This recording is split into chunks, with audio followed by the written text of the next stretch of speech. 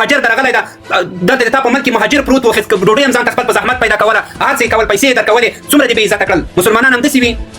مسلمان داسې کوي هندوستان په هغه حالات کې چې خلک دې ورته مړه کړي دي هندوان هم دي صرف یې ویزې ور کنسل کړلې او په تیاره کې کېنول چې لاړ شئ نه یې د چا عزت ته لاس وواچوه نه چاته بده خبره وکوله کافر هم ده هندو هم ده تا څه وکړل د تا نظام څه وکړل آیا تا دومره غیرت نه درلود چې په دې مهاجرو دې غیرت کړی وای تا دومره غیرت نه درلود چې په دغه مسلمانو ښځو په دغه سپین ږیرو په دې ماشومانو چې ستا په څنګ کې بې عزته کول له کورونو راایستل په تا کې دومره غیرت نه و چې تا دا غیرت کړی و والله بالله د پاکستان حکومت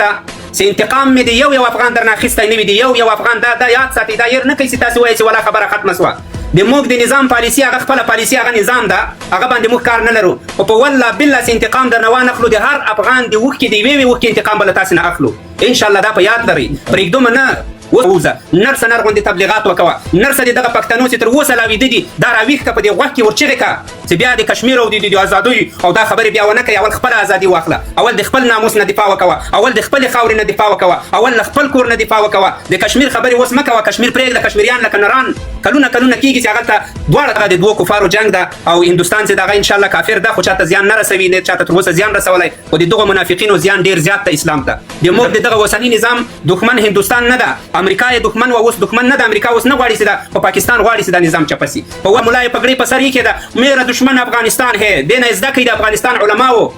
بزدله خلک زه درته وایم چې بزدلي کوي د دغو نه زده کوي په والله چې د تقي عثماني هم دغه فکر ده په والله بالله د مولانا